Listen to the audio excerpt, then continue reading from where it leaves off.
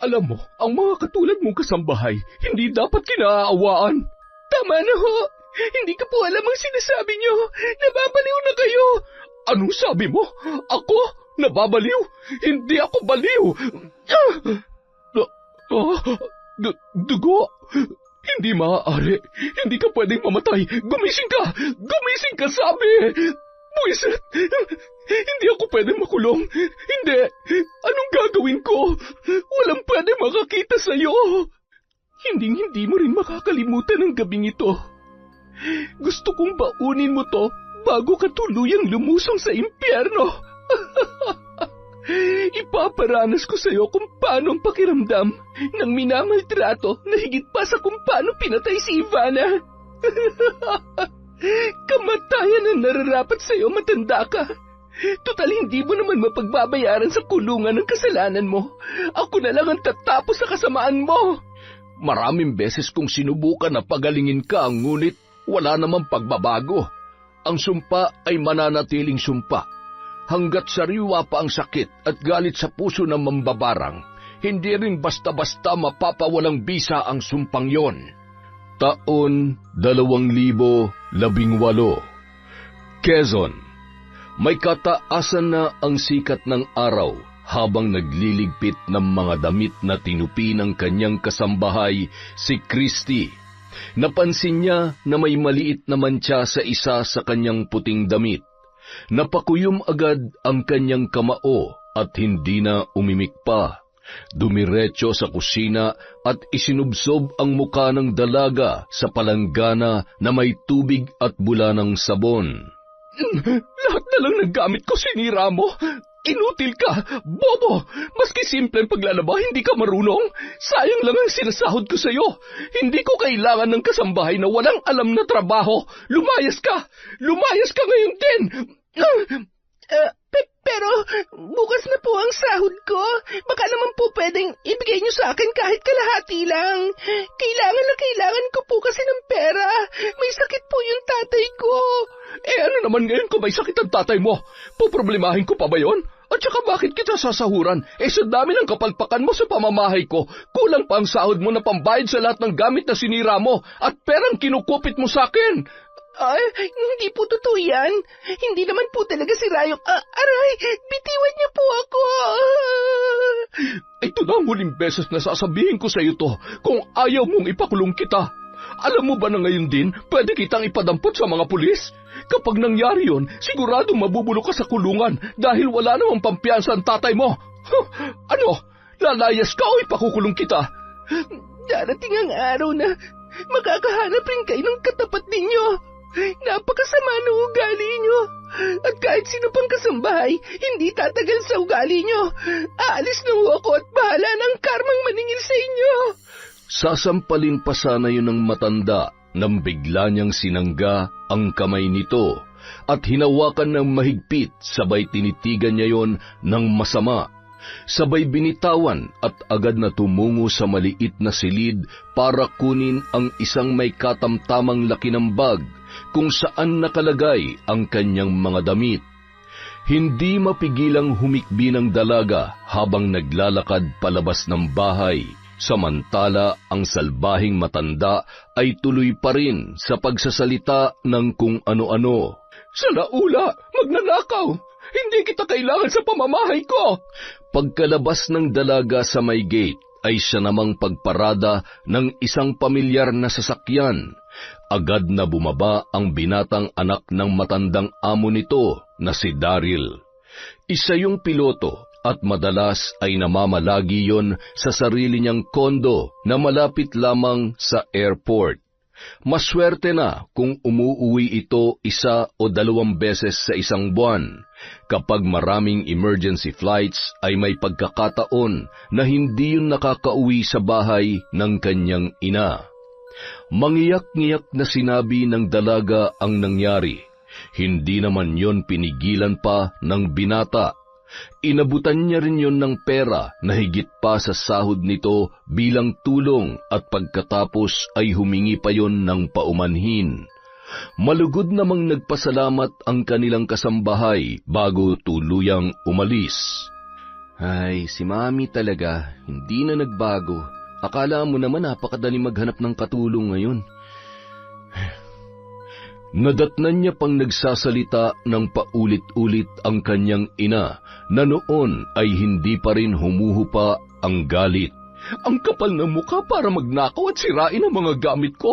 Aba, anong akala niya sa akin? Bulag at gumagawa ng kwento? Mga hampas lupang mapagsamantala. Hindi ako makakapayag na magpatira ng isang magnanakaw sa bahay na to. Nanggigigil talaga ako sa kanya. Mi, ano na naman ba yan? Bakit galit na naman kayo? At saka, ano na naman ang ginawa nyo kay Lia? Kawawa naman yung... Kawawa? Bakit? Ano na naman pagpapaawa ang sinabi niya sa'yo? Di mo ba alam na pinagnanakawan at... Mi, sa loob ng isang taon nakakatatlo at mahigit pang kasambahay tayo. Tapos, lahat ng yun, magnanakaw? Baka naman... Ano? Sinasabi mo bang sinungaling ako? Aba, hindi dahil malaki ka na, may trabaho ka na, ay ginaganyan-ganyan mo na lang ako. Minsan ka na nga lang umuwi ay... Mi, look, hindi ako galit sa'yo at hindi natin kailangan mag-away, ha? Sinasabi ko lang po na baka kailangan nyo rin ng konting simpatya para sa ibang tao, lalo na sa mga nagiging kasambahay natin at habaan nyo rin ng pasensya. Kasi kung hindi, walang tatagal na kasambahay. Alam nyo naman na hindi ako kampante na wala kayong kasama dito. Oh, siya, pakis na nga sa Mami. Huwag ka na magalit. Ihanap ko na kayo ng bago, pero ipangako nyo sa akin na hinding-hindi nyo naaawayin yon, ha? Ay, kasi naman pwede bang kung maghahanap ka ng bago, huwag yung aanga-anga at hindi ko na kaya pang habaan ng pasensya ko. Alam mo namang allergic ako sa tanga at higit sa lahat, sa mga malamya at sa mukhang hindi mapagkakatiwalaan. Ayoko na rin sa masyadong bata pat walang gaano alam sa trabaho. Ay, ang hirap naman kasi dahil walang ibang tama sa inyo kundi... Anong binubulong-bulong mo dyan, ha? Ay, sabi ko ho, tama naman kayo. Nakakairita naman talaga yon. Hayaan nyo, Mi. Tsaka sana makahanap na tayo ng talagang makakasundo ninyo. Sana nga, dahil kung hindi, di bali na mag-isa na lang ako dito kesa atakihin ako sa puso dahil sa sobrang inis. Napabuntong hininga na lamang si Daryl, sabay pumasok muna sa kanyang kwarto para dalhin ang kanyang gamit at makapagpalit ng damit. Masaya namang naghain si Christy para sa kanyang anak na natitiyak niyang hindi pa nanananghalian. Nang lumabas ang binata sa kanyang kwarto, ay napangiti naman yon nang makita ang masarap na ulam na nakahain sa mesa. Mukhang masarap yan ah. Si Lia bang? Siyempre hindi. Alam mo namang hindi ko ipinagkakatiwala sa ibang kusina natin. Bukod sa baka lasunin ako, baka bigla na lang may lumiyab at masunog ang bahay na pinaghirapan mo. Isa pa, walang makakatalo sa timpla ko, no? Wala ka mahanap na mas masarap na pagkakaluto ko ng bulalo, kahit pa umikot ka sa buong Pilipinas. Oo naman, Mi. Umupo na kayo, sabayan nyo na akong kumain at siguradong gutom na rin kayo. Tsaka, ano yun? Sa mga ginawa nyo kanina, ito, paghahainan na rin kita. Naku, hindi pwedeng magutom ang mami ko na sobrang ano? Sobrang mahal na mahal ko. Matapos kumain ni Daryl, ay natulog muna yon upang maipahinga ang kanyang katawan. Bandang 4:00 na ng hapon nang siya ay magising. Patuloy naman sa pagluluto ng mga paborito niyang pagkain si Christy, katulad ng nakaugalian nito kapag umuuwi ang kanyang anak. Naglakad-lakad naman sa may labas ng tarangkahan si Daryl at nagpalingon-lingon sa kanilang mga kapitbahay. Bigla namang napatili ang isa sa mga kasambahay doon nang makita ang gwapong piloto. Agad yung lumabas at pinaghampas pa ang braso ng binata. Aray, pambihira naman oh. Masyado mo naman yata akong na-miss, Ate Carlota. Kanina pa kita hinahanap. Ano kasi, baka may kakilala ka sa probinsya nyo na naghahanap ng trabaho. Padadalan ko na agad ng pamasahe at syempre, bibigyan din kita ng pampaayos dyan sa napakaganda mong pilik mata. Nangako naman ng babae na tutulungan ang binata, ngunit panay ang usisa noon kung bakit umalis na naman ang huling kasambahay. Ano kasi, kailangan daw ng tatay na may sakit. Kailangan ng trabaho pero mas kailangan niyang alagaan yung tatay niya. Tumango-tango na lamang si Carlota at nagpatuloy pa yon sa pakikipagkwentuhan kay Daryl. Maging ang ibang kasambahay ay panay din ang silip dahil aliw na aliw ang mga yon sa pagiging magandang lalaki ng binata. Panay hawak naman sa braso niya si Carlota para inggitin ang mga yon. Inabot ng 5:00 ng hapon ang pagkukwentuhan ng dalawa. Mabuti na lamang hinanap yun ng kanyang amo dahil hindi na rin malaman ng binata kung paano magpapaalam kay Carlota at naririndi na rin siya sa samot-saring kwento nito. Agad naman nang tumawag sa kaibigan si Carlota para magpahanap ng gustong magtrabaho bilang kasambahay. Sa kabilang banda, habang nagsasara ng bintana si Ivana ay natanawan naman niya ang pasuray-suray niyang kinakasama na si Greg. Nilingon niya ang kanyang anak na si Toto. Naglalaro yun sa masikip nilang sala, hawak ang nag-iisa nitong laruan, na regalo naman sa kanya ng kanyang lolo Berto, ang tiyuhin ng kanyang tatay Greg.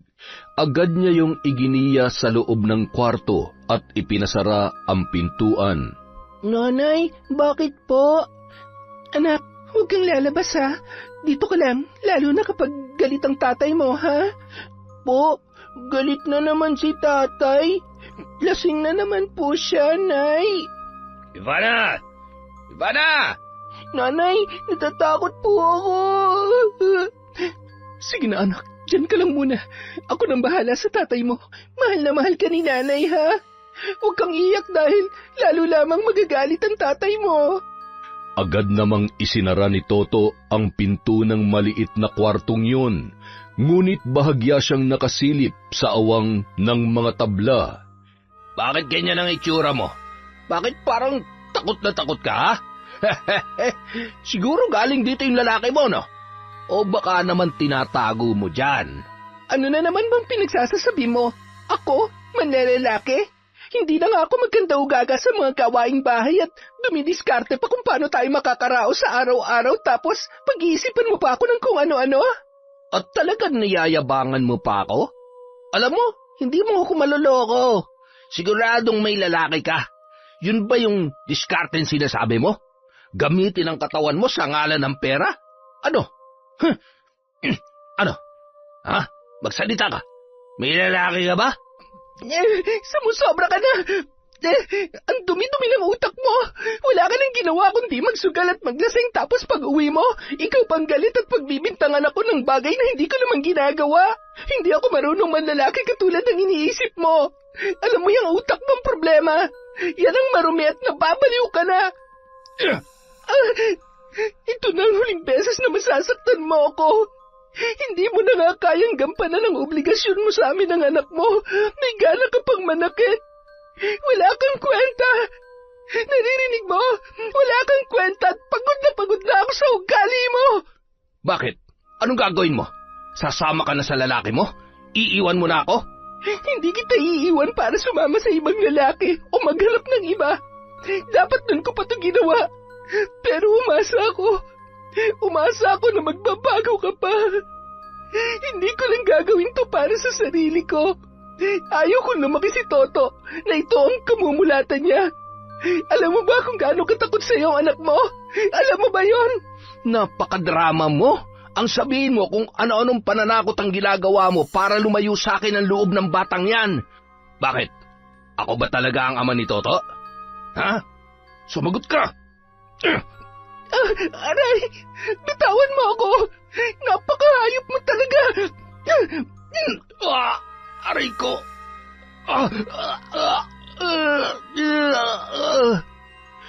Nagmamadaling kinatok ni Ivana ang kwarto at binuksan naman yon ng bata na noon ay humahagulhol at nanginginig sa takot.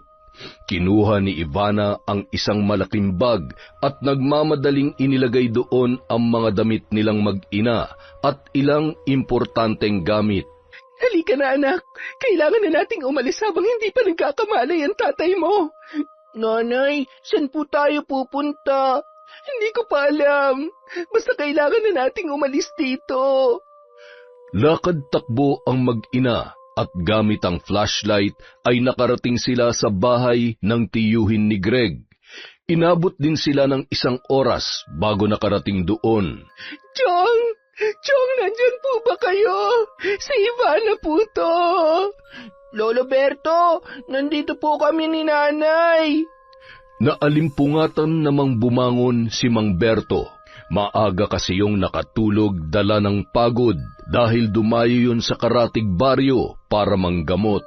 Oh, bakit may dala kang bag at pawis na pawis kayo? Sus Mariosep, gabi na. Ano ba nangyari? Ano na naman na nangyari dyan sa mukha mo?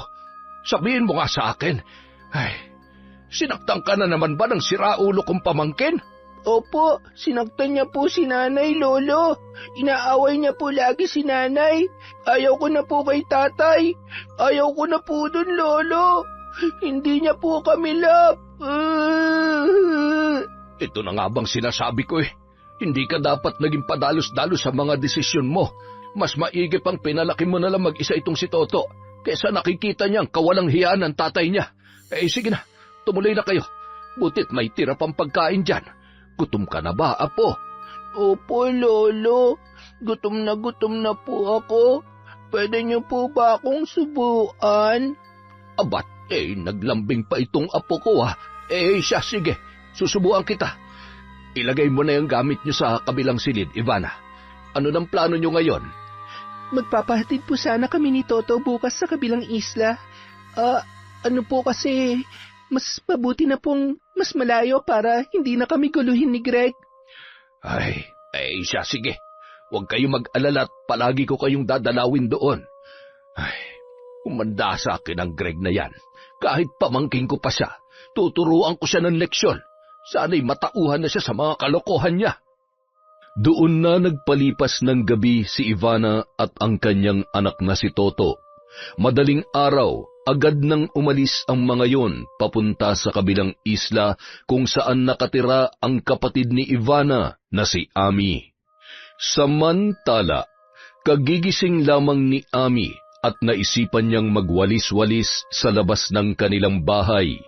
Nagiinit naman ng tubig ang kanyang asawa na si Nelson. Napalingon yon sa may tarangkahan nang marinig ang boses ng kanyang nakababatang kapatid na si Ivana. Ivana? Oh, anong nangyari at... Toto, magmano ka sa tiyami mo? Ate, pwede bang dito muna kami ni Toto? Anong nangyari dyan sa mukha mo? Bakit ang dami mong pasa? Sinaktan ka na naman ba ni Greg? Alam mo, hindi na tama ang ginagawa niya. Tuturuan ko siya ng leksyon. Wala akong pakialam kung makagawa ako ng kasalanan para lang makaganti sa lalaking yon. Tingnan mo nga yung sarili mo. Palagi ka ba niyang sinasaktan, ha? Ate, kumalma ka nga muna. Patuloyin mo kaya muna kami ng pamangkin mo. Huwag ka mag-alala, okay lang naman ako. Mamawala din naman to eh. Ay, ewan ko sa'yo. Sige na, akin na yung bag mo. Toto, naku, ang laki na ng pamangkin ko. Namiss ka ni tita. Naku, pawis na pawis tong anak mo. Sino naghatid sa inyo dito? Medyo maalon pa naman. Si Tatay Berto, ate. Buti naman at hindi niya kinukonsinti ang walang hiya at irresponsable niyang pamangkin. Ay nako, mas maigi pa yatang yun na lang ang napangasawa mo kaysa naman... Ay, Nelson, mahal, nandito si Ivana at Toto. Magandang umaga po, Kuya Nelson. Magandang umaga rin. Bah, ang mahal namin pamangkin. Ang laki-laki mo na. Dito raw muna sila at sinusumpong na naman si Greg. Wala namang problema. Kami lang naman dito ng ate mo. Isa pa, miss na miss ko na tong poging to eh. Mahal, asikasuhin mo nga muna yung mga galos ng kapatid mo at ako na magluluto ng almusal natin, ha? Binihisan muna ni Ivana ang kanyang anak at pagkatapos ay may kung ano namang pinahid si Ami sa pasa ng kanyang kapatid sa muka at sa braso nito, matapos punasan yun ng maligamgam na tubig. Ay, dapat kagabi mong patugin ginamot. Alam mo ang dapat kay Greg? Barangin para magtanda. Nako, subukan niya lang na pumunta dito at manggulo. Malilintikan talaga siya sa akin. Wag mong gagawin yan, ate. Nangako tayo sa isa't isa na hindi na tayo tutulad kay nanay. Ayoko mangyari sa atin ang nangyari kay Lola at gayon din sa kanya. Kahit ano naman gawin natin doon, hindi naman na talaga siya magbabago eh. Ang mahalaga, hindi na ako babalik sa kanya. Ano nang pinaplano mo ngayon? Ate, gusto ko sana maghanap ng trabaho eh. Kasambahay, kahit malayo okay lang. At kung pwede sanang iwan ko sa iyo tong si Toto. Alam kong maalagaan mo siya ng maayos, ate. At sa'yo ko lang din pwedeng ipagkatiwala ang anak ko.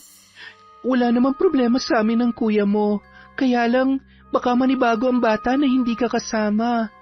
Sabagay, masasanay din naman siya. Kung gusto mo talaga ng trabaho, mabuti pa ikaw na lang ang pumasok doon sa sinasabi ng kaibigan kong si Carlota. Maigi doon at malapit sa kanya. Ano, gusto mo ba? Oo, ate. Gusto ko. Susubukan ko. Gusto ko makaipon para sa pag-aaral ni Toto. Sa susunod na pasukan mag-aaral na siya eh. Gusto kong maibigay ang pangangailangan niya. Ay, alam mo naman, walang-wala akong maaasahan kay Greg at ayaw ko na maging parte pa siya ng buhay namin. Sa kabilang banda, habang naglalakad si Mamberto pauwi sa kanyang bahay, natanawan niya si Greg na noon ay nakatayo sa may tarangkahan. Habang papalapit na siya ay kapansin-pansin sa mukha nito ang galit. Anong ginagawa mo dito? Nasa na mag-ina ko? Mag-ina mo tapos sa akin mo hahanapin? Nasaan nga ba sila? Ano, iniwan ka na? Huwag na kayong magmaang-maangan, alam ko naman na alam nyo kung nasaan sila. Umuwi ka na sa bahay mo. Makipag-inuman ka o magsugal ka hanggat gusto mo. Basta wag mo na lang din guguluhin ang mag-ina mo. Huwag mo akong kukulitin dahil kapag ako napuno sa'yo, may kalalagyan ka sa akin. Hindi ako aalis dito hanggat hindi nyo sinasabi sa akin kung nasan sila. Ganon. Sandali lang, ha? May kukunin lamang ako.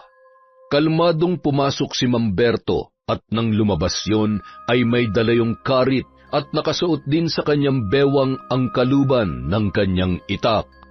Ano? Aalis ka o pupugutan na kita ng ulo? Wala ka nang ginawang tama? Anong klase kang lalaki, ha? Hindi mo na nga kayang buhayin sina Toto. Sasaktan mo pa ang nanay niya. Nang makita ni Greg kung gaano kagalit ang kanyang tiyuhin, nagtatakbo na lamang yun pauwi. Hinabol pa yun ni Mamberto. Wag ka nang gagawa ng ikakapahamak ni na Ivanang hayop ka! Dahil sisiguruhin ko na ako na mismong puputol dyan sa sukay mo!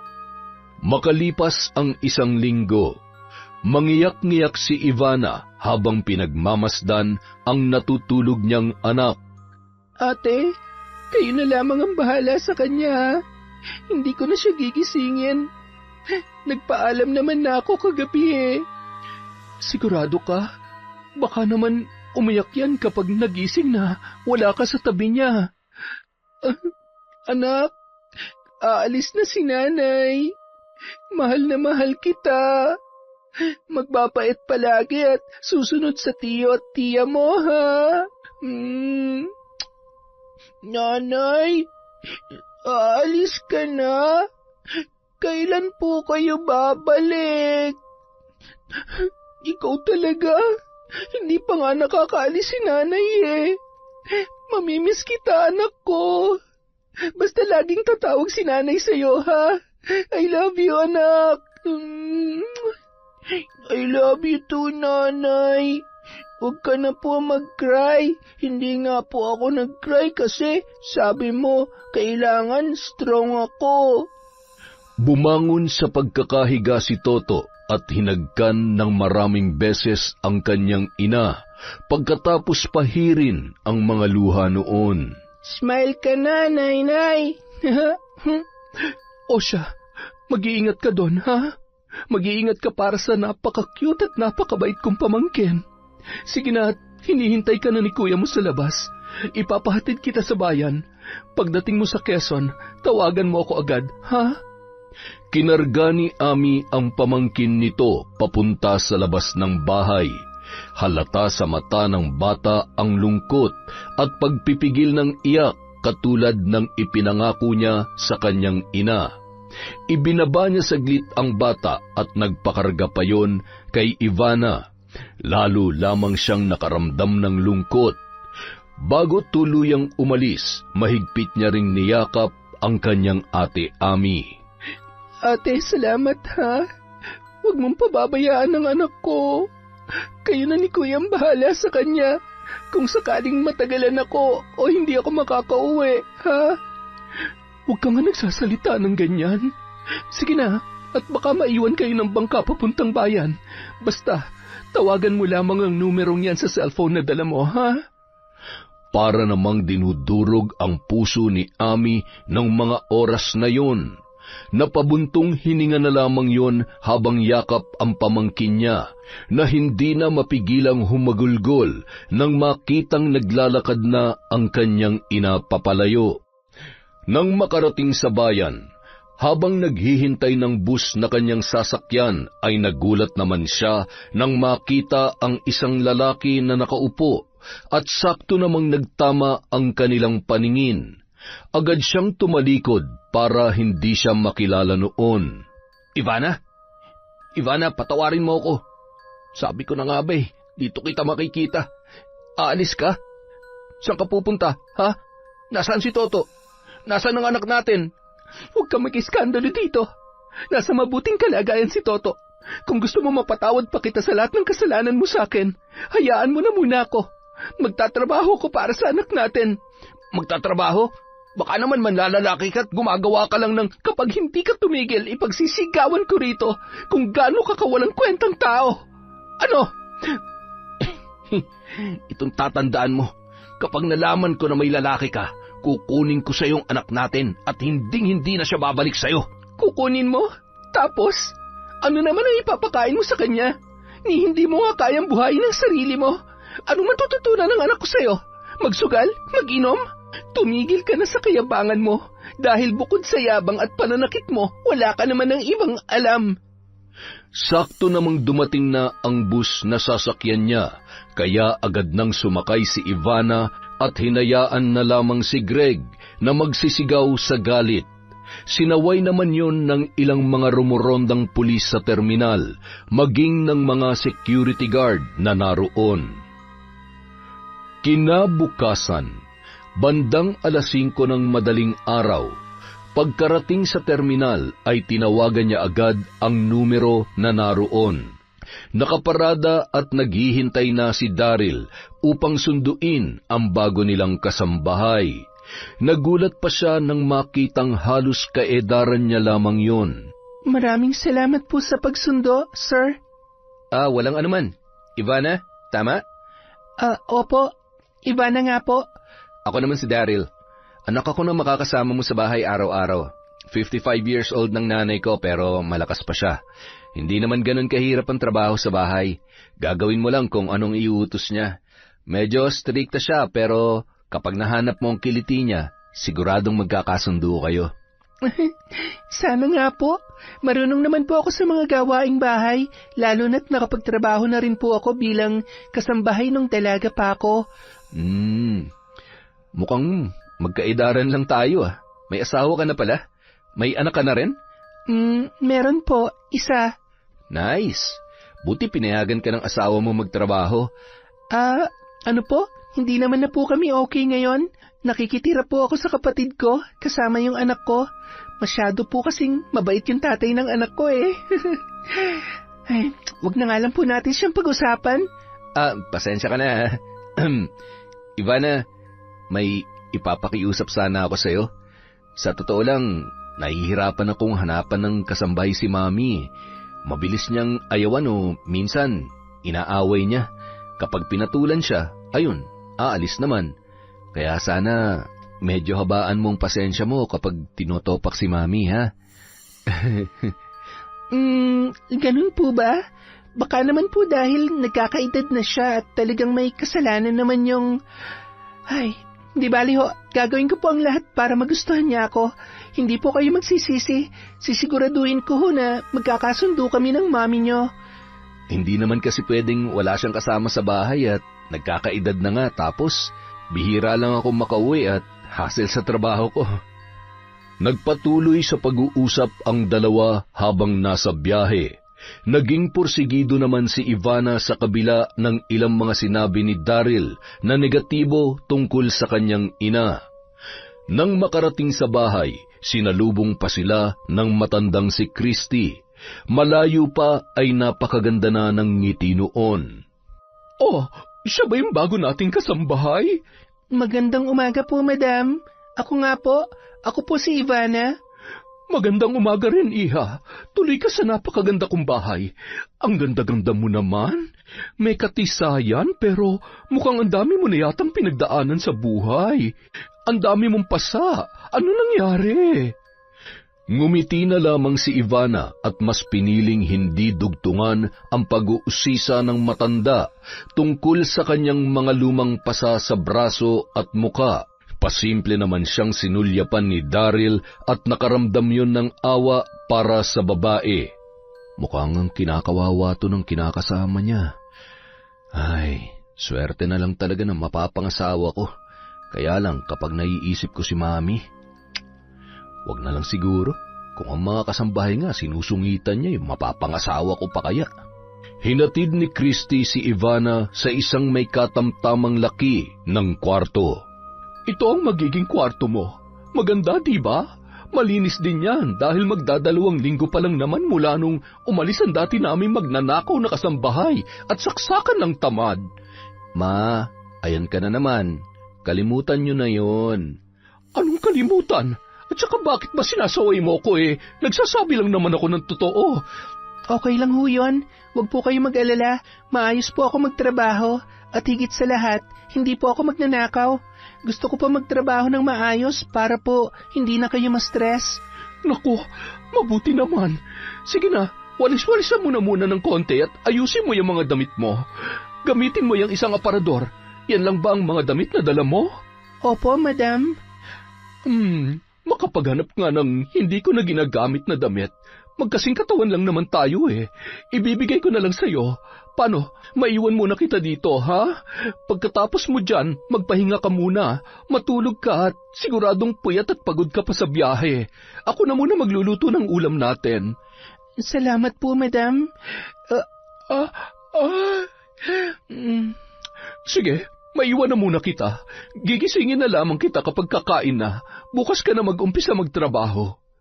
Matamis na ngiti ang itinugon ni Ivana sa matanda na noon ay maaliwalas ang pagmumuka na animoy gustong-gusto ang kanilang bagong kasambahay. Ay, salamat naman sa Diyos at mukhang nagustuhan ni Mami si Ivana. Sana magkasundo rin sila sa mga gawaing bahay dahil kapag hindi ko na alam kung saan pa ako maghahanap ng kapalit. Habang nagse-cellphone ang binata ay nilapitan yun ni Christy, dala ang ilang mga pinaglumaan nitong damit. Anak, tingnan mo, babagay kaya to kay Ivana? Naku, mamahali ng mga to. Kawawa naman kasi ko konti lang at luma ang mga dala niyang damit. Mi, bigay yan ha. Baka makalimutan nyo na naman at... Ano akala mo sa akin? Ulyanin? Makapagluto na nga lang. Anong gusto mong ulam, ha? Kahit ano po, Mami. Halos lahat naman ng luto nyo sobrang sarap eh. Punong-puno ng pagmamahal. Kaya wag na nagtatampo. Pinapaalala ko lang naman po sa inyo. Ang sabihin mo, ang sama-sama ng tingin mo sa akin. Paano? Mas pinaniniwalaan mo pa ang ibang tao kaysa sa akin sa sarili mong ina. Manang-mana ka talaga sa tatay mo. Ay! Mi, wag na magtampo. Sorry na. I love you, Mami. Che, wag mo nga ako I love you dyan. Papalis ka na naman, inaaway mo pa ako. Napailing-iling na lamang si Daryl sa inasal ng kanyang ina. Mula nang iniwan sila ng tatay niya nung siya ay nasa high school pa lamang, ay malaki na ang pinagbago ng ugali nito. Batid niyang matagal nang nilalabanan ng kanyang nanay ang sakit na bipolar at depresyon Kaya nababatid niya na matapos ang gamutan ay may mga pagkakataon na bumabalik pa rin yun. Lalo na't matagal ng panahon na hindi sinisipot noon ang kanyang doktor sa paniniwala na siya ay magaling na. Matapos magluto ni Christy ay agad nang naghain yun. Pagbalik sa sala ay nakangiti na siyang muli na parang walang nangyari. Kinuha nun ang mga damit na ibibigay niya kay Ivana at tumungo sa kwarto ng babae, kung saan ay mahimbing pa yun na natutulog. Ivana, gising na! Kakain na tayo!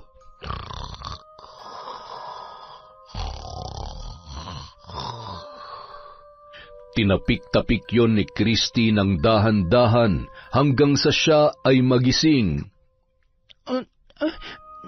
Sorry po, madam. Napasarap po yata yung tulog ko. Okay lang. Bumangon ka na't kakain na tayo. Umidlip ka na lang uli pagkatapos nating kumain. Heto nga pala yung mga damit na sinasabi ko sa'yo. Sa'yo na yan. Nako, maraming salamat po, madam. Napakabait niyo naman po. Agad na silang tumungo sa kusina at kumain ng tanghalian. Pagkatapos kumain ay agad naman nang tumawag si Ivana sa kanila para ipaalam ang kanyang kalagayan. Alam mo, ate, mabuti na lang mabait yung amo ko, pati na rin yung anak niya. Binigyan nga ako ng damit eh. Sa tingin ko magkakasundo talaga kami. Salamat naman sa Diyos kung ganun. Ay, siya nga pala, ate, kumusta si Toto? Ayun, kasama ng kuya mo sa bukid. Nag-e-enjoy na at kahapon ay maghapon akong kinukulit-kulit at iniiyak-iyakan. Sabi ba naman, pauwi na raw kita. Ay, kawawa naman ang baby ko. Namimiss ko na rin tuloy siya. Salamat, ate, ha? Basta wag mo kaming alalahanin dito, lalo ng anak mo. Mahal na mahal namin ang batang yon, lalo na si kuya mo. Alam mo naman, sabik na sabik ng magkaanak yon, kaya lang... Ay nako, hindi ko na maibibigay yun sa kanya. Okay lang yun, ate. Ituring nyo na lang na sarili nyong anak si Toto. Kapag wala na ako, di kayong kikilalanin niyang pangalawang magulang. Ayang ka na naman. Ang hilig mong magsalita ng ganyan. Ikaw naman, masyado mo naman binibigyan ng ibang kahulugan ng sinasabi ko. Sige na, ate, tatawag na lang ulit ako, ha? Kapag sumahod ako, magpapadala ako ng panggastos niya dyan. Hindi naman na kailangan. Ipunin mo na lang muna yan. Basta magdadala ako para naman maipasyal niyo si Toto at para pandagdag niyo sa gastusin niyo dyan. Sige na, ate, sabihin mo na lang kay Toto na tumawag ako. Bye, ate, may gagawin na ako. Makalipas ang 1 linggo, maayos pa rin ang pakikitungo ni Christy kay Ivana hanggang sa makaalis na ulit si Daryl para bumalik sa kanyang kondo. Bago umalis ang lalaki, napilit niya ang kanyang ina na magpakonsulta ulit sa psychiatric doctor nito. Niresetahan ulit yon ng mga gamot para hindi na sumpungin. Inilihim nila yon sa kanilang bagong kasambahay dahil ayaw ng matanda na may makakaalam sa kanyang kondisyon. Mi, alis na ako, ha? Sa susunod na buwan na lang po ulit kung sakali makakauwi ako. Lagi mong iinumin yung gamot mo, ha? At saka, iwas sa stress at huwag mong aawayin si Ivana. Mukha namang maaasahan talaga at mabait siyang tao.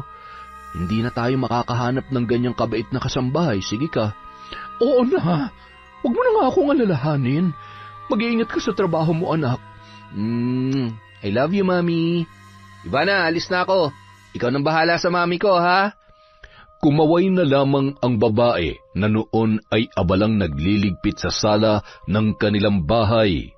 Kinagabihan, hawak ni Christy ang bote ng mga gamot na nireseta sa kanya ng doktor. Isinilid niya yon sa garbage bag, sabay itinabi sa cabinet sa may kusina. Hindi ako baliw. Wala akong sakit, kaya hindi ko iinumin ang mga gamot na yan. Wala akong sakit. Makalipas ang 1 buwan. Ivana, halika muna. Mamaya mo na nga tapusin yung nilalabhan mo. Medyo masakit kasi ang ulo ko eh. Pwede mo ba akong hilutin? Sige ho, madam. Teka, parang napapadalas na ho yata ang pagsakit ng ulo nyo. Siya nga po pala, tumawag ho sa akin si Sir Daryl kanina. Ipaalala ko raw ho sa inyo na may check-up po kayo. Hindi naman po sa nakikialam ako, pero may sakit po ba kayo? Anong sakit? Siyempre wala. Gusto niya lamang na lagi ako nagpapatingin sa doktor. Iba talaga kayong mayayaman, madam, no? Pwede kayong magpatingin sa doktor kahit anong oras nyo gustuhin. Samantalang kaming mahihirap, kahit may sakit na, magtitiis na lang. Sobrang mahal kasi magpa-check up at ang mahal ng mga gamot, kaya lalo lamang kami nagkakasakit. Kapag tumawag ulit siya, sabihin mo na kapunta na ako. Ay, napakakulit talaga ng anak kong yan. Mula bata, ganyan na siya sa akin. Ikaw, kumusta naman ang anak mo sa probinsya? Okay naman po. Miss na miss ko na nga po si Toto eh. Mabait naman po ang anak ko. Para po siyang si Sir Daryl. Siya po ang pinaguhugutan ko ng lakas araw-araw. Bakit? Nasaan ba yung tatay ng anak mo? Wala ba siyang trabaho? Wala na po akong balita sa kanya. Huwag na lang po natin siyang pag-usapan at... Ay, sige po madam. Hilutin ko na lang po kayo. Pagkatapos po, magpahinga muna kayo sa kwarto ninyo. Ay, siya nga pala. Yung sahod mo, heto. Yung 3,000 ay naipadala ko na sa kapatid mo, katulad ng sabi mo. Maraming salamat po, madam. Iipunin ko po ito para sa anak ko. Mabuti naman kung ganon. Lagi na lamang siyang umiiwas kapag nababanggit ko ang tatay ng anak niya. Hindi kaya kabit siya? Hindi imposible. Malamang sa malamang katulad ka rin ng dati kong kasambahay na sumira ng pamilya ko. Dapat sa'yo tinuturuan ng leksyon. Napakuyom na lamang yon ng kamao, sabay tila ba naghahabol ng kanyang paghinga. Bigla rin yun nakarinig ng mga bulong sa kanyang tenga, sabay hinawi ang mga kamay ni Ivana na labis namang ikinagulat ng babae. Okay lang po ba kayo, madam? Okay lang ako. Sige na, bumalik ka na sa paglalaba mo. Matutulog na muna ako. Sige po, madam. Tawagin niyo na lamang po ako kung may kailangan po kayo. Tumango na lamang si Christy, ngunit habang tinitingnan ang muka ni Ivana ay ibang katauhan ang nakikita niya, lalo na kapag ngumingiti yon. Ang una niyang kasambahay na naging karelasyon ng kanyang asawa at naging dahilan kung bakit dumaan siya sa matinding depresyon.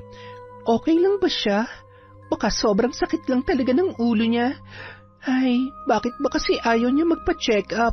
Tawagan ko kaya si Sir Daryl para... pero baka naman magalit siya sa akin. Di bali na nga lang, siguro naman kapag lalong sumama ang pakiramdam niya, siya na mismo magyayaya sa akin na magpasama sa doktor. Nagpatuloy sa paglalaba si Ivana. Inabot na siya ng 5:00 dahil sa dami ng mga pinalabhan ng matanda na damit at mga kumot na matagal nang nakatago sa mga lumang lagayan nito. Pagkatapos maglaba ay nakaramdam siya ng pagod, kaya naman humiga siya habang tinitingnan ang larawan sa cellphone ng kanyang anak na si Toto. Nakangiti at hinahagkan niya pa yon. Maya-maya pa, hindi niya namalayan na siya pala ay nakatulog na. Naggising siya nang tinapik siya sa balikat ng kanyang matandang amo na si Christy. Bumangon ka na dyan, kakain na tayo. Nako, pasensya na po madam, nakatulog pala ako. Bakit hindi niyo ako ginising kanina? Okay na po ba kayo? Masakit pa po bang ulo niyo? Hindi na, okay na ako. Hindi na kita ginising at mukhang napagod ka sa paglalaba. Napangiti naman si Ivana sa sinabi ng kanyang amo. Mabait naman siya. Ano kayang hindi nagustuhan sa kanya ng mga dati niyang kasambahay? Buti na lang hindi niya ako sinusungitan at pinagbibintangan dahil siguradong hindi rin ako magtatagal dito. Pagdating niya sa kusina ay nagulat siya nang makita niya na may nakahain ng pagkain sa kanyang pinggan. Sige na, kumain ka na. Masarap yan. Alam ko naman na pagod ka. Oh, eto, humigop ka ng sabaw. Salamat po, madam. Ang sweet niyo naman po sa akin. Ang sarap naman. Sige, ubusin mo lang yan. At mamaya, siguradong hindi ka na makakatulog pa. Tamad, tulog ng tulog. Ilang minuto lamang matapos kumain, Nakaramdam si Ivana ng paghilab ng kanyang tiyan. Naghuhugas siya ng mga oras na yun at nagpupunas naman ng mesa ang matanda. Aray, mukhang nabigla yata ang tiyan ko. Ang dami ko kasi nakain eh. Ivana, ikaw nang bahala dito, ha? Siguraduhin mong walang nakabukas na mga cabinet dyan, lalo na ang lalagyan ng mga baso at pinggan, at baka pasukin ng mga ipis. Opo, ma'am. Good night po. Naku, kailangan ko na talagang ilabas to. Nagmamadali siyang tumungo sa banyo at pagkatapos ay bahagya naman siyang nakaramdam ng ginhawa. Binalikan nito ang mga hugasin at ilang sandali lamang ay nakaramdam naman siya ng pagkasuka at pagkahilo. Ano bang nangyayari sa akin? Sinubukan niyang maghanap ng gamot sa pagtatae at maswerte naman na nakakita siya sa kusina. Bandang 11:00 na nang bahagyang umayos ang kanyang pakiramdam. Papasok na sana siya sa kanyang kwarto nang tumawag si Daryl para kumustahin ang nanay nito, na noon ay tulog na. Kinaumagahan, bumungad naman kay Christy ang napakaraming tawag mula kay Daryl na hindi niya nasagot at mensahe na nagpapaalala sa kanya na kailangan niyang magpatingin sa doktor. Ivana? Ivana! Madam, nandito po ako sa labas. Bakit po? Tumawag ba sa iyong Sir Daryl mo kagabi? Opo. Bakit po? Wala. Sige na. Tapusin mo na yung winawalis mo at pagkatapos ay magmamap ka dito sa loob ng bahay. Sige po, madam. Ay, siya nga pala. Kumusta? Nakatulog ka ba ng mahimbing kagabi? Hindi nga po eh. Sumama po kasi ang pakiramdam ko at... Sige na. Tama ng kwento.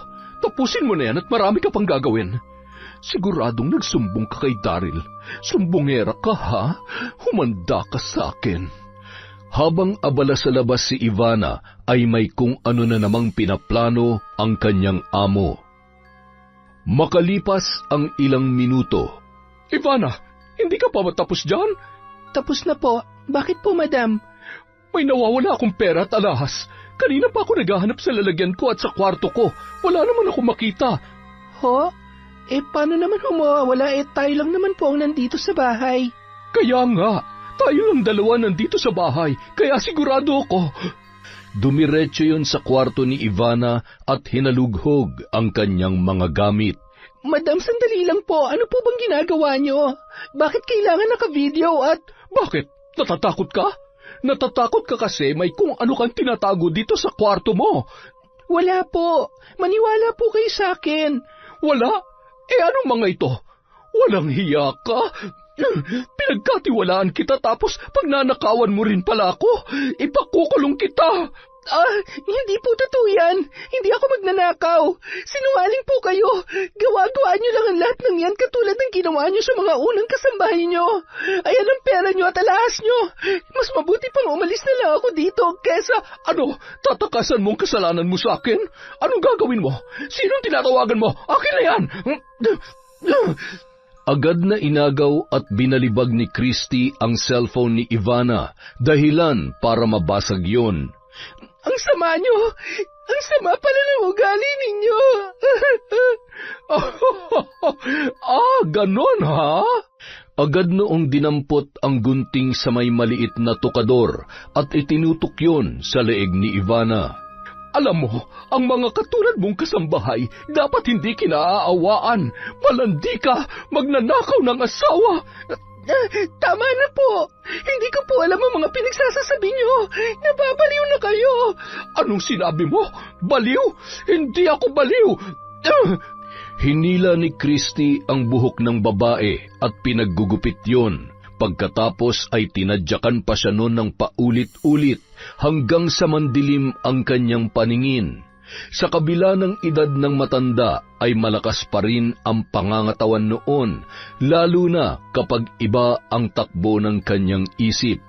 Habang nanghihina naman si Ivana ay pilit niya itong pinaiinom ng kung ano-anong gamot. dahilan para bumula ang bibig nito hanggang sa mawalan na ng malay. Makalipas ang ilang oras, nagising si Ivana ngunit napakadilim ng kanyang paningin. May naririnig siyang mga yapak ng paa na animoy palakad-lakad. Gising! Bumangon ka! Ayaw mong bumangon, ha? Hindi man maigalaw ang katawan at maaninag si Christy, ay pakinig na pakinig ni Ivana ang tunog ng nakasalang na tubig. Humahalakhak na kinuha ni Christy ang takure at binuhusan ang ulo ng babae. Napahiyaw si Ivana sa labis na sakit habang humahalakhak naman ang matanda. Hindi pa yun nakuntento. Pinag-uuntog ng matanda ang ulo ni Ivana sa simento hanggang sa dumanak ang dugo. Dugo? Hindi pwede. Hindi ka pwedeng mamatay. Gumising ka! Gumising ka, sabi! Buisit! Hindi ako pwedeng makulong. Hindi! Anong gagawin ko? Walang pwedeng makakita sa'yo. Kumuha yun ng trapal sa bodega at binalot doon ang wala ng buhay na kasambahay. Sabay inilagay niya muna sa may bodega. Pawis na pawis at aligaga ang matanda. Agad niya namang nilinis ang mga bakas ng dugo sa sahig, dahilan para lalong mahapo yun sa pagod. Ilang sandali lamang, biglang tumawag si Daryl, kaya naman lalong nataranta ang ina nitong si Christy. Nanginginig sa kaba ang kamay nito na sinagot ang tawag ng kanyang anak.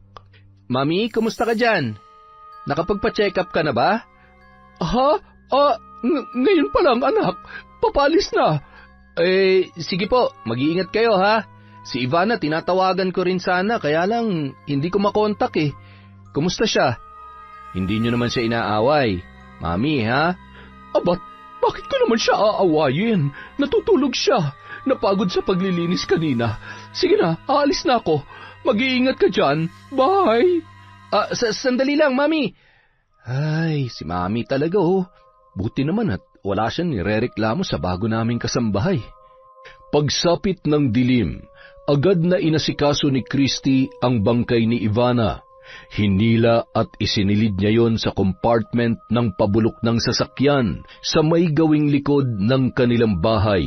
Pinagtatakpan niya pa yon ng ibang mga lumang bagay para masiguro na hindi yon makikita kaagad. Yan ang nararapat sa lahat ng mga kasambahay na katulad mo. Pare-pareho lamang kayo.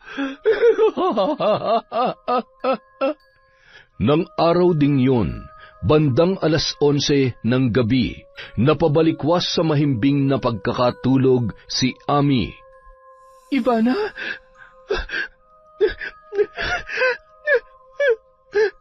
Oh, ayos ka lang ba, mahal? Ang kapatid ko.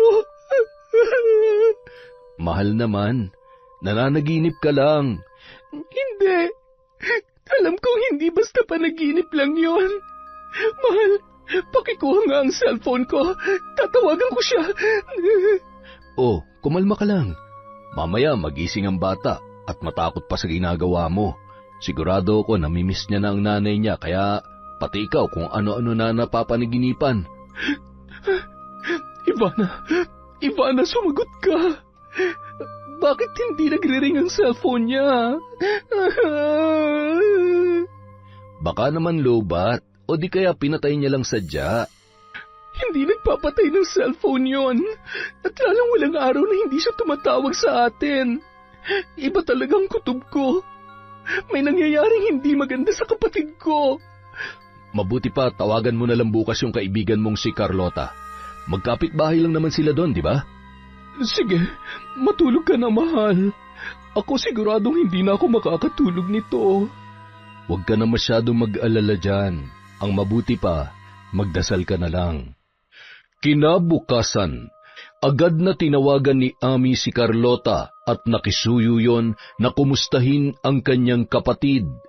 Pinuntahan naman ng kaibigan nito sa bahay ng matanda, ngunit hindi inaasahan ni Carlota ang magiging sagot noon sa kanya. Agad na tinawagan niya si Ami at ibinalita ang kanyang natuklasan. Imposible. Hindi naman yun aalis ng walang pasabi. At bakit hanggang ngayon, hindi pa rin natin siya makontak? Ay, ano bang sabi ni Carlota sa'yo? Pauwi na raw at may sakit. Nakausap ko pa lang siya nung nakaraang araw, okay naman siya. Nelson, iba talaga ang kutob ko. Nararamdaman ko, ay Diyos ko. Huwag naman po sana pero siguradong may nangyari masama sa kapatid ko. Kailangan niya ako. Kung talagang uuwi siya dito, dapat ngayong araw darating na siya. Kapag hindi siya dumating mamaya, lalarga ako papuntang Quezon. Ako mismong pupunta doon at aalamin ko kung ano nangyari. Hanggang 5:00 ng hapon ay naghintay sila. Ngunit walang Ivanang dumating at lalo lamang nakadagdag sa alalahanin nila dahil hindi pa rin nila makontak yon. Dahilan para magpasya si Ami na puntahan na ang bahay ng kanyang pinapasukan. Makalipas ang isang araw, bandang 5:00 ng umaga ay nakarating na si Ami sa terminal. Sinalubong pa yon ni Carlota na nag-aalala rin. Lalo lamang lumakas ang kutob ni Ami na may ginawang masama ang matandang amo ni Ivana sa kanyang kapatid, matapos maikwento ni Carlota na walang tumatagal na kasambahay sa bahay na yun. Bandang 8:00, naglakas loob na pumunta si Ami sa bahay ng matanda. Nakabukas ang gate kaya pumasok na siya ng diretsyo. Nadatnan niyang nagdidilig ng halaman si Christy. Magandang umaga ho. Ako po si Ami. Kapatid po ako ni Ivana. Gusto ko lang po sanang dalawin ang kapatid ko. Kapatid? Si Ivana? Nung nakarang araw pa siya umalis dito. Sige na, marami pa akong gagawin. Istorbo. Biglang hinawakan ni Ami ang braso ng matanda at tinitigan ang mga mata nito. Sinungaling ka. Hindi ka nagsasabi ng totoo. Anong ginawa mo sa kapatid ko? Nasaan siya? Ivana! Ivana! Nandito si ate! Anong ginagawa mo? Bumalik ka dito. Kapag hindi ka umalis, tatawag ako ng pulis. Sige, tumawag ka para magkaalaman na. Alam ko, nararamdaman ko at basang-basa ko dyan sa mga mata mo ang mga kasinungalingan. Ito na ang huling beses na tatanungin kita. Nasaan si Ivana? Nasaan ang kapatid ko? Sumagot ka! Habang nag-uusap ang dalawa ay siya namang pagdating ni Daryl na noon ay naguguluhan sa nangyayari. Sino ka at bakit mo sinisigawan ng mami ko? Daryl, anak, tulungan mo ako. Tumawag ka ng pulis at ipakulong ang babae na yan. Hindi ako aalis dito hanggat hindi niyo sinasabi sa akin ang totoo. Ang totoo? Ano po bang katotohanan ng tinutukoy ninyo? Teka, nasan ba si Ivana? At sino ka? Ano bang kailangan mo sa amin? Bakit hindi mo tanungin ang nanay mo kung nasan ang kapatid ko? Mahigit 2 araw nang nawawala si Ivana. Hindi siya sumasagot ng tawag at alam ko na nandito siya. Alam ko na may nangyaring masama sa kanya. Sa halip na sumagot ay nagtatakbo sa loob si Christy at nagkulong yun sa kanyang kwarto. Nakahawak sa ulo at paulit-ulit na sumasagi sa isip niya kung paano niya pinatay si Ivana. Pinatuloy naman ni Daryl si Ami at tumawag na rin yun ng pulis ayon sa kahilingan nito. Pilit namang binubuksan ni Daryl ang pinto ng kwarto ng kanyang ina. Mami, buksan mo to. Kapag hindi mo to binuksan, mapipilitan akong sirain to. Gamit ang martilyo ay tuluyan niya nang binuksan yon. Humahagulhol si Christy at nanginginig sa takot. Halata sa kanyang itsura na wala yun sa kanyang sarili. Pinatay ko siya. Napatay ko siya. Hindi ko sinasadya. Napatay ko siya. Diyos ko, Mami, bakit niyo ginawa yun? Anong pinatay? Si Ivana, nasaan? Sakto namang dumating ang mga pulis at nagsimula ng magtanong sa pangyayari. Inamin naman ni Christy ang kanyang ginawa, ngunit hindi niya sinasabi kung nasaan yon. Hanggang sa hinalughog nila ang kabahayan at ang palibot nito. Natagpuan nila ang umaalingasaw na masangsang na amoy mula sa compartment ng lumang sasakyan sa likod ng bahay, kung saan naroon ang wala ng buhay na katawan ni Ivana. Nagpupumalahaw sa kakaiyak si Ami nang makita ang naaagnas ng bangkay ng kanyang kapatid, lalo na at kitang-kita sa itsura ni Ivana ang kalunos-lunos na sinapit sa matandang amo nito. Bagamat may kondisyon sa pag-iisip ang matanda, ay hindi naman yun maaaring makulong, dahilan para lalong hindi matanggap ni Ami ang sinapit ng kanyang kapatid. Sinagot man ni Daryl ang lahat ng gastos mula sa punerarya hanggang sa makauwi sa probinsya nila, ay hindi pa rin maibsan ang galit na nararamdaman ni Ami. Ako na po ang humihingi ng tawad sa inyo. Hindi ko po alam na aabot sa ganito. Tanggapin niyo po sana ang perang ito bilang tulong. Sana po mapatawad niyo na si Mami. Wala po siya sa... Bibigyan mo ko ng pera. Kapalit ng kapatawaran para sa nanay mo. Buhay ng kapatid kong nawala. Hindi pera. May babalik ba nito ang buhay niya, ha? Isang bata ang naulila dahil sa nanay mong walang puso at mamamatay tao. Nang maiuwi ang bangkay ni Ivana sa bahay ng kanyang kapatid, ay 2 araw pang ibinurol yun. Sa huling gabi ng burol nito ay pumunta si Greg at hindi makapaniwala na totoo nga ang balitang nakarating sa kanya. Ivana, patawarin mo ako. Patawarin mo ako, mahal na mahal kita. Ivana! Nanginginig ang kamay, dala ng matinding galit na hinablot ni Ami ang kwelyo ng damit ni Greg, sabay hinila at pinagsasampal yun. Ang kapal ng mukha mo na magpakita dito, hayop ka! Ngayong wala na siya, sasabihin mong mahal na mahal mo siya. Alam mo kung naging mabuting asawa ka lang sa kanya, hindi mangyayari to. Hindi aabot sa ganito. Buhay pa sana ang kapatid ko. Tandaan mo to. Pagbabayaran mo ang lahat. Habang buhay kang sisingilin ang konsensya mo.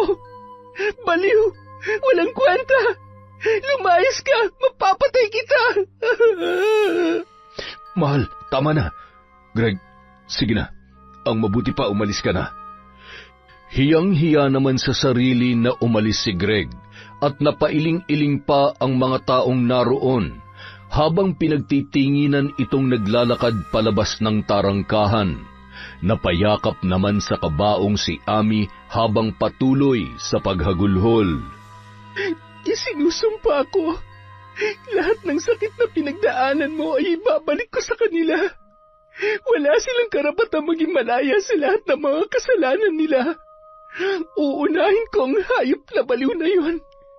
Papatayin ko siya gamit ang aking itim na kapangyarihan. Magdurusa siya hanggang sa huling sandali ng kanyang buhay.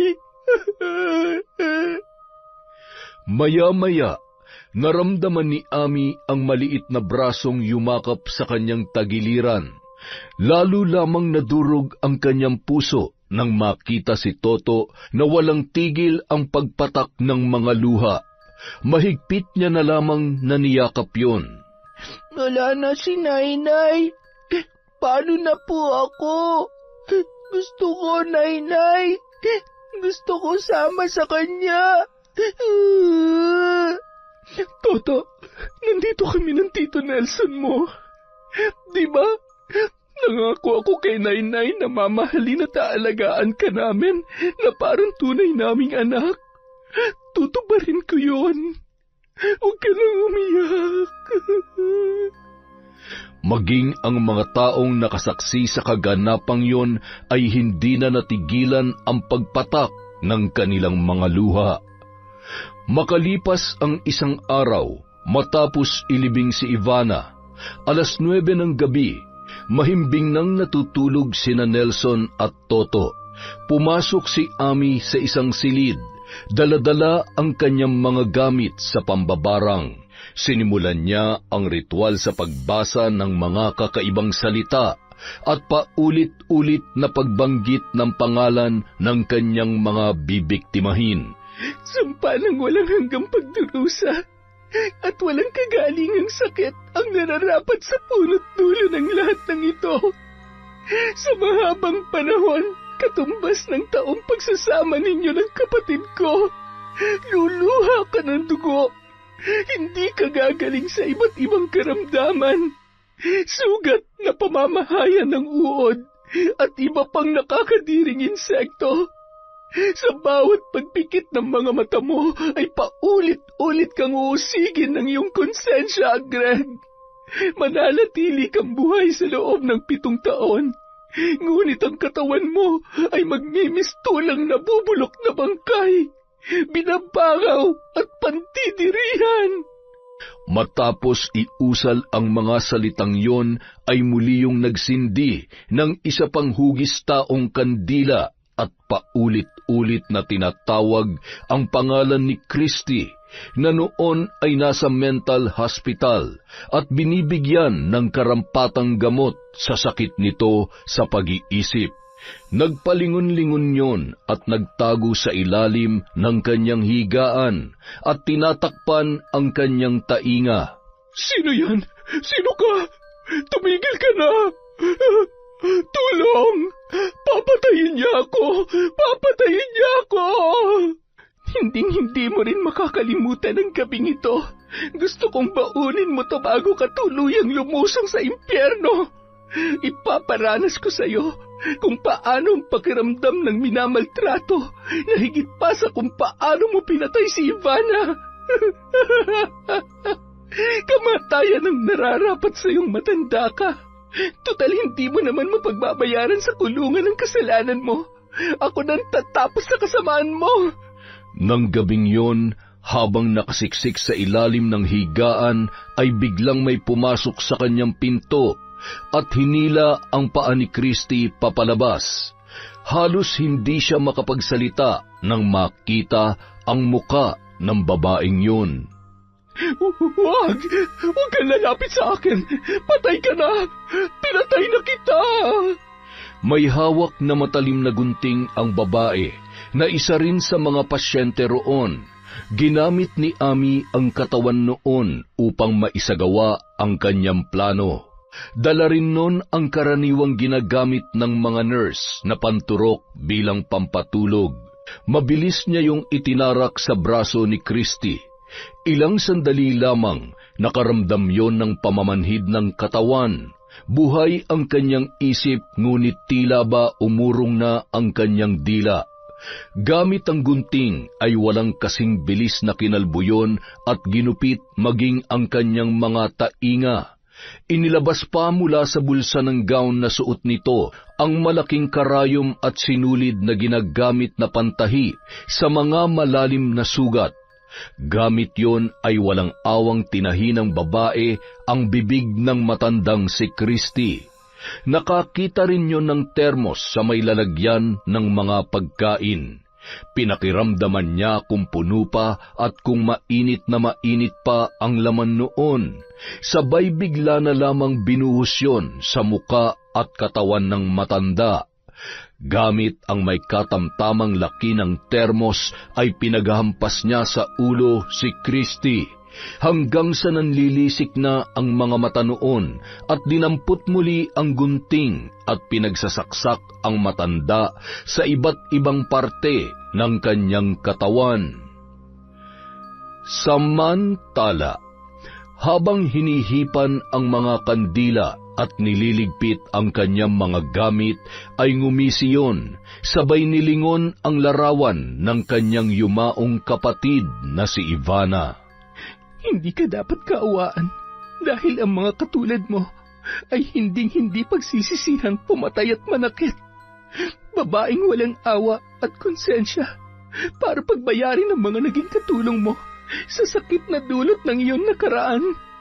Ngayong wala ka na. Wala ka ng kasambahay na masasaktan at mabibiktima. Makalipas ang 7 taon, Bitbit ni Mang Berto ang isang bayong na naglalaman ng lutong pagkain mula sa kanyang bahay. Araw-araw bago umalis para manggamot ay dinadalhan niya ng pagkain ang kanyang pamangkin na si Greg na may malubhanang sakit.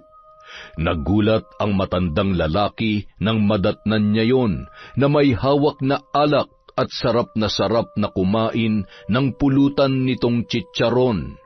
May mga tali din ang paa at braso nito na may malalalim na sugat na may kung ano-anong lumalabas na insekto at uod. Napapatakip ilong na lamang si Mang Berto sa malansa at tila ba nabubulok ng amoy ng kanyang pamangkin. Ano ba naman at nagagawa mo pang uminom ng alak? Sino bang loko nagbigay sa iyo niyan? Yung mga dati kong tropa. Dinaanan nila ako kanina. Ayan yun na, Chong. Mamamatay na rin naman ako eh. Kita mo naman, pwede na nga yata akong ilibing sa lagay kong ito. Ngayon lang ulit ako nakatikim ng alak, kaya lulubos-lubosin ko na. Kung pwede nga lang magbaon ito sa langit, ay talaga namang magbabaon ako eh. Ay nako, napakatarantado mo talaga. Lakas din na loob mo magsabi ng ganyan. Sa tingin mo ba, sa dami ng kasalanan mo ay tatanggapin ka pa sa langit? Di ko alam, Chong. Susubukan ko dahil kahit sa kabilang buhay ay makabawi man lamang ako kay Ivana. Gusto kong humingi ng tawad sa kanya. Gago ka pala talaga eh. Sana ginawa mo na yan noon pa. Sana may maayos at masaya kang pamilya ngayon. Hindi mo na sana kailangang pagdaanan yan. Ay, sigurado ako na nabarang ka. Sa sobrang galit ni Ami sa'yo, hindi ko siya masisisi.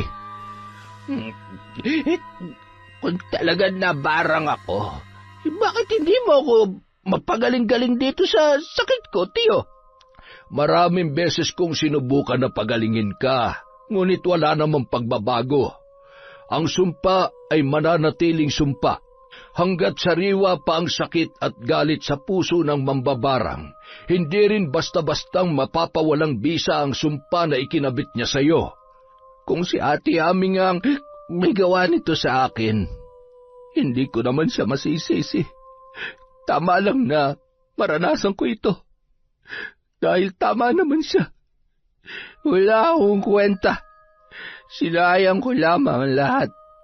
Pagmamahal ni Ivana at pagkakataon na magkaroon ng maayos na pamilya, na hindi ko man lamang nagampanan ang obligasyon ko sa anak namin. Ilang taon na akong naghihirap sa sakit na ito. Ang totoo, handa na talaga akong mamatay. Kung mamamatay man ako ngayon, ayos lang. Siguro nga, lasa na lamang ng alak ang magandang ala-ala na babaunin ko. Ay, buhay. Oo, ayan.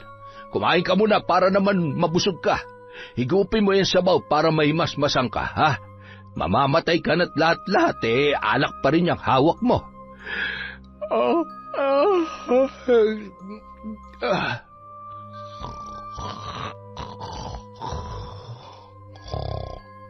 Aba, tinulugan pa ako. Ilang sandali lamang, napansin ni Mang Berto ang biglaang pagtigil ng paghilik nito. Nang lapitan niya sa higaan ang kanyang pamangkin, ay iba na ang kulay ng labi at kuko noon. Ay, nalintikan na. Greg, gising! Hindi na siya humihinga. Sumalangit nawa ang iyong kaluluwa kahit na imposible. Sana ay mapatawad ka pa rin ng Diyos sa kabila ng lahat. Huwag ka mag-alala. Hanggat nabubuhay ako, hindi ko pababayaan ang anak mo. Kinaumagahan, nang malaman ni Ami ang tungkol sa pagpanaw ni Greg, ay napangisi ang babae. Mabuti naman. Dapat lamang yun sa kanya. Mahal, tapatin mo nga ako. May kinalaman ka ba sa... Oo, ako ang nambarang sa kanya. Ako nagpahirap at nagbigay ng sumpa hanggang sa huling sandali ng buhay niya. Oo, ako at hindi ko pinagsisisihan yon. Mahal naman, alam mo namang isang malaking kasalanan ang ginawa mo. Oo, alam ko, Nelson. At bakit? Sinong hindi nakakagawa ng kasalanan, ha? Sa tingin mo ba kung wala akong ginawa para man lamang sa kapatid ko, mapapanatag ang kalooban ko? Binigyan ko lamang ng hustisya ang pagkamatay niya. Kung isang malaking kasalanan ang nagawa ko, handa akong pagbayaran yon at hihingi ng tawad sa Diyos araw-araw. Pero sa lahat ng kasalanan ko, yon ang nag-iisang bagay na hindi ko pagsisisihan. Ay, ngayong tapos na ang lahat. Sana naman ay makalimutan mo na rin yon, mahal. Ang importante sa ngayon ay maging mabuting magulang tayo kay Toto. Yon ang pinakamagandang bagay na magagawa natin para kay Ivana. Kung nasan man siya ngayon, alam ko na payapa na ang kalooban niya dahil isa lang naman ang gusto niya. Yun ay ang mapabuti ang kinabukasan ng anak niya. Kaya kahit gaano kahirap ang buhay dito sa probinsya, igagapang natin ang pag-aaral niya hanggang kolehiyo. Siya nga pala, hindi ba natin ipapasilip kay Toto ang tatay niya? Hanggang ngayon walang ibang maramdaman si Toto sa tatay niya kundi takot. Sa tingin mo ba gugustuhin niyang pumunta doon? Habang nag-uusap ang dalawa, ay isang pamilyar na lalaki naman ang natanawan nila kasama si Carlota. Nagkatinginan ang mag-asawa at malayo pa ay kumakaway na ang babae, habang ang isa nitong kamay ay nakakapit sa braso ng lalaking kasama nito. Beshi, alam kong magagalit ka pero nandito ako para samahan tong napakagwapo kong jowa. Matagal niya na kasing planong dumalaw dito at makita ang pamangkin mo, yung anak ni Ivana. Oh, ano naman ngayon? Unang-una wala akong pakialam kung nagayuma mo na ang lalaking yan. Pangalawa, kung ano man ang pakay niyo, sabihin niyo na at ayaw kong magsayang ng oras sa inyo. Nandito ho ako para mag-offer ng scholarship para sa anak ni Ivana. Alam kong masama pa rin ang loob niyo pero kung tatanggapin niyo po ito, malaking tulong na ho para sa pag-aaral at future niya. Para naman ho to sa kanya, kaya kung ano man po ang nangyari sa nakaraan, sana po kalimutan na lamang natin. Oo nga naman, Beshi. Ibaba mo ng kilay mo at tanggapin mo ng alok ni Daryl. Hindi naman mapapaaral ng pride mo si Toto. Aba, Daryl, maliban sa tatanggapin ko na yung inaalok mo, mas mabuti siguro na bilhan mo ng bagong bibigyan si Carlota. Masyadong pasmado eh. Pasensya ka na, ate, ha? Kahit napakadaldal nitong asawa ko, mahal na mahal ko yan. Akalain mo yon? Ibang klaseng gayumang pinainom sa'yo nitong kaibigan ko, ah.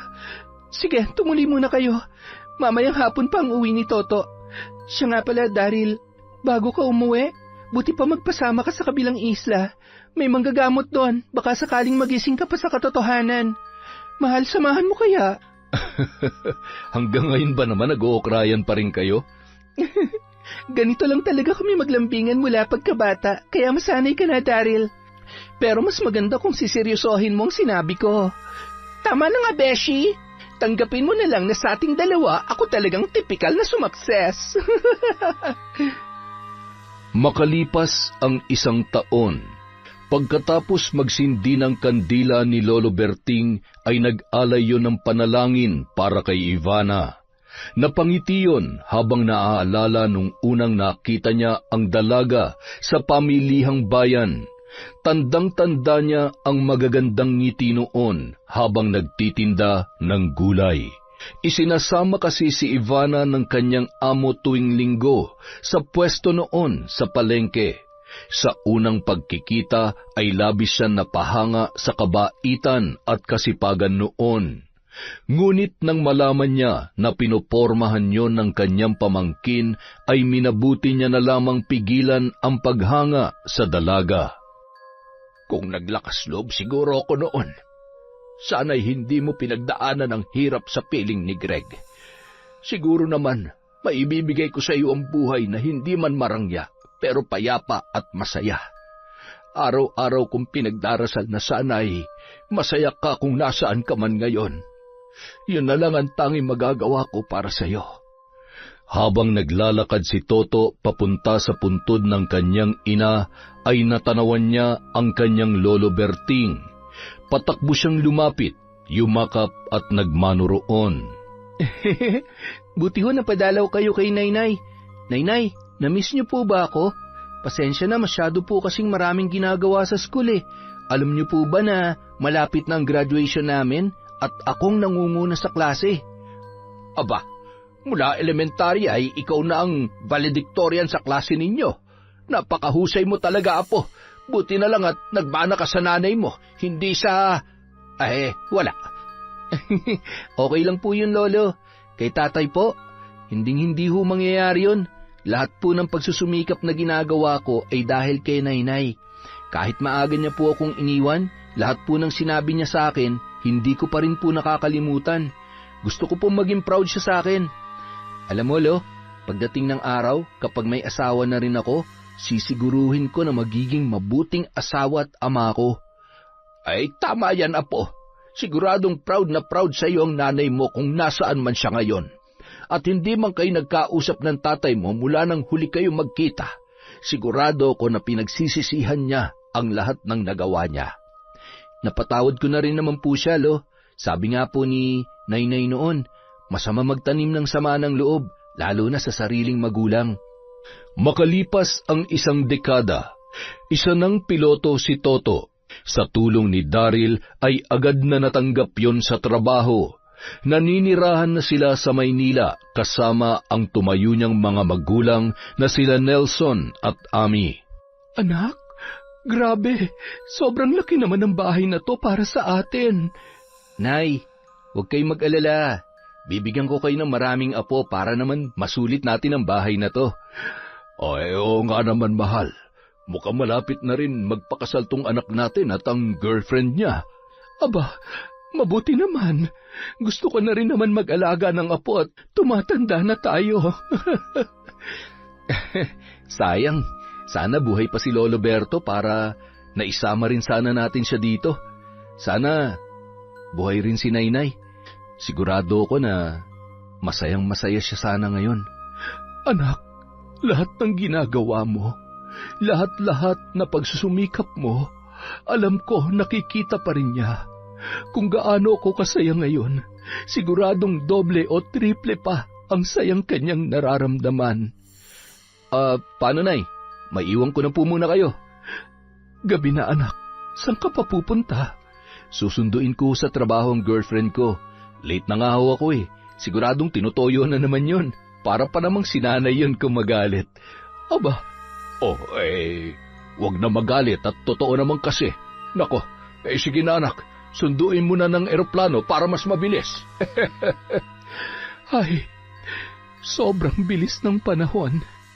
Hindi na batang iyakin ang toto natin. Salamat sa Diyos.